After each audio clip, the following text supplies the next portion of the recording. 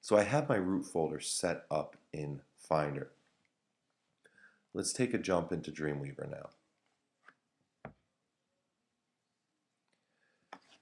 The process of setting up a root folder is one of the most important first steps of developing any site. All right. If you decide to do it later, if you're organized to begin with, you can get away with it. But Dreamweaver has a lot of neat little features that are only accessible to you if you've already done what's called establishing a site, which means you've set up that root folder and you've told Dreamweaver where everything that you're working on is going to be saved. So I'm not even going to open a new document yet from my welcome screen. I'm going to go right up to the Sites menu at the top of my screen. In the Site menu, you can see we have two options right off the bat. We have New Site or Manage Sites. Both will get you to the same place. For now, we'll take a look at the New Site option. All right. And you see here, I have a couple options available to me. If when you first start this up, if your dialog box for site setup looks a little bit different than this, you're going to want to click on a tab called Advanced. Dreamweaver has a setup wizard that will kind of guide you step by step through this process, but I find it's, once you understand what's going on, it's much better to go through the Advanced Setup tab. All right, so if you click Advanced, you'll see exactly what I'm seeing here. The first thing you're going to do is set up the site name. Now on my left-hand column here, you can see I have site selected. Here's where I'm going to name my site. This can be whatever you want. It does not have to be the same as your root folder name. So I can call this, for instance, I'll just call this my practice website. Now here's the crucial step. Local site folder. This is your local root folder. So we're going to tell Dreamweaver right now where everything associated with this website that I'm going to build is going to be saved. So if I've already set one up, all right, I'm going to go ahead and click the Browse for Folder icon. Now if you knew the name of the folder and exactly where it was, you could opt to type it into the box, but all it takes is one wrong keystroke for that whole thing to fall apart. So we'll browse for our folder. And I'm looking in Sites, and you can see here's that practice folder that I've already set up. So I'm going to select that and pick Choose from my bottom option. And you can see here's that extension for the file. It's in users/estaff/sites/practice. There's the name of the folder. Now I'm going to go to Advanced Settings. Okay, there's a whole ton of options available to us here. We're only concerned with local info right now. And you see your first option under Advanced Settings, Local Info, is Default Images Folder. All right, Default Images Folder is where we're going to set up that Assets folder. So again, I could type the name of the folder in. Better safe than sorry. I like to browse for the folder. And notice I'm inside of the practice root. As long as you've set up that root first, it will automatically go there. I pick Assets, and I'm going to say Choose.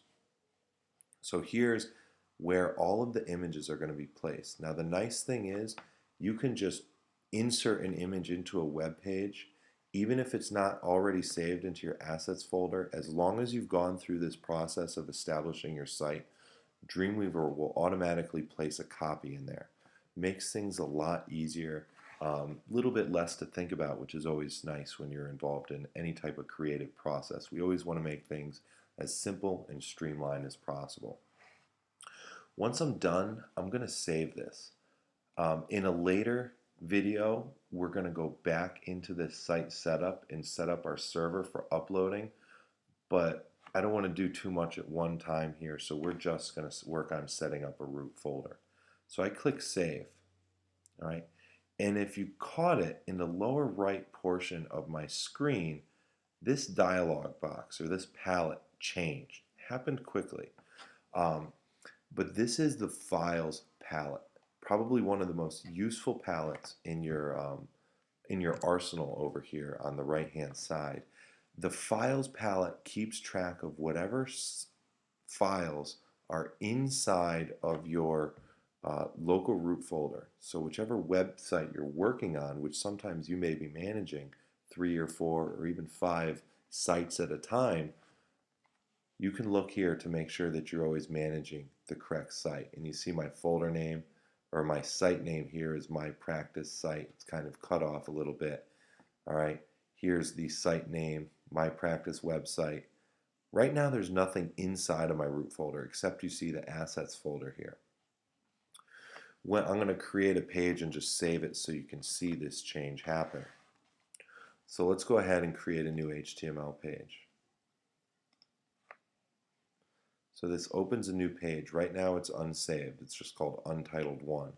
When I go ahead and go to File, Save As, it's automatically prompting me to save in my local root folder. And again, this is only as long as you've established that site first. So I can go ahead and name this page, call it Index, click Save, and notice what's happened here on my site files. Index has shown up right there.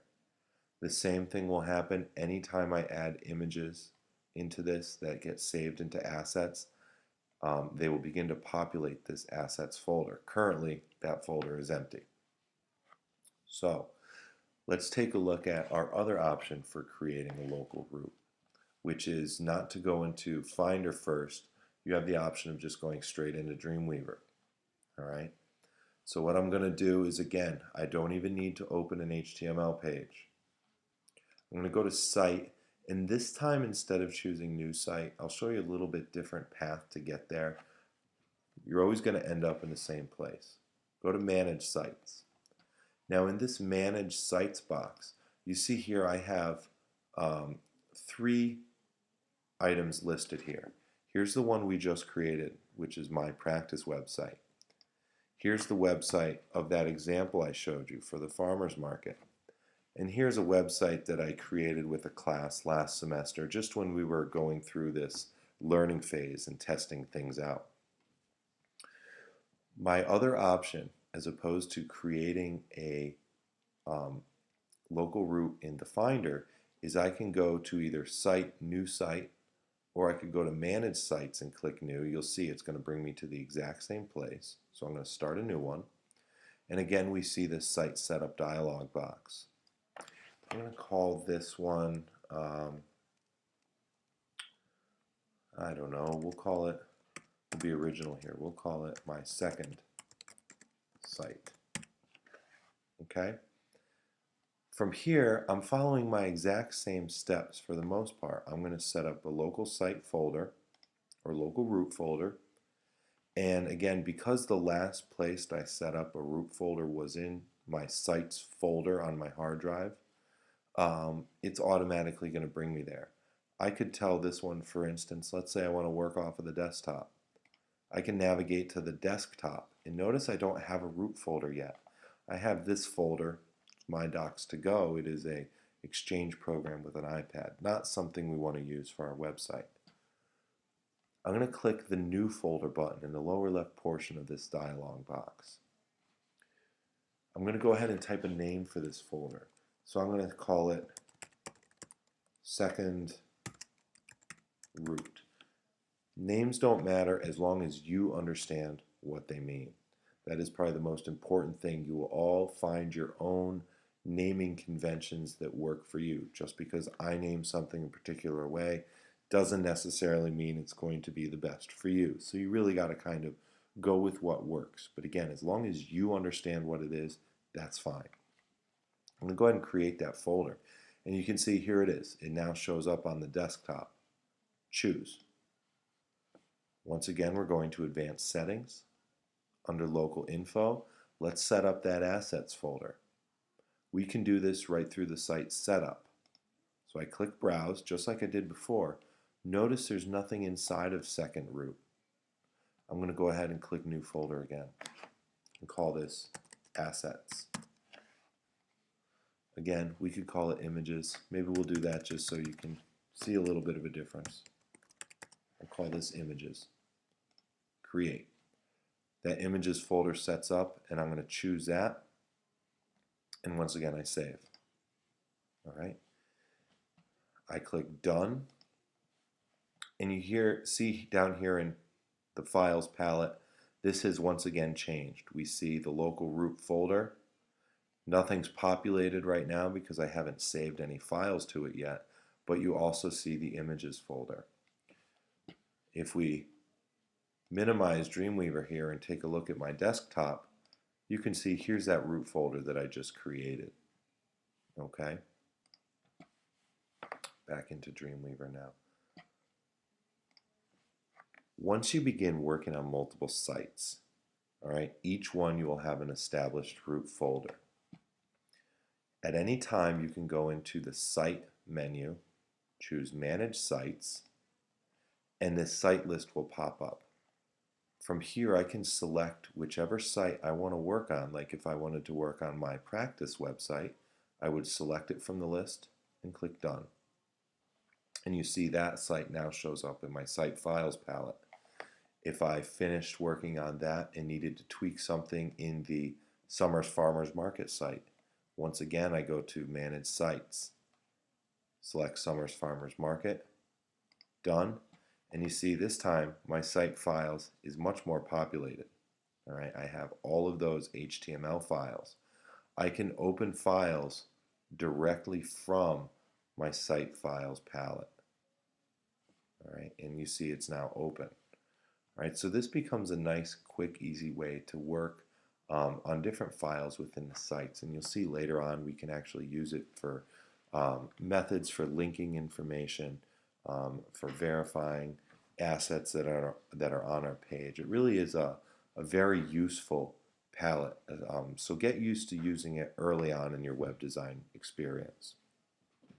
Now what I'd like you to do is, as this video closes, I want you to go into your computers and I want you to create a local root folder and establish a site in Dreamweaver using the steps we've shown here, either by creating it in the Finder and then specifying its location under the new site dialog box, or you can do it directly through Dreamweaver. The choice is yours. Rewind this video as many times as you need. This is a reference for you in this class. But name your site something along the lines of practice site, because in the next lesson we're going to be building on that and actually creating some pages in that site.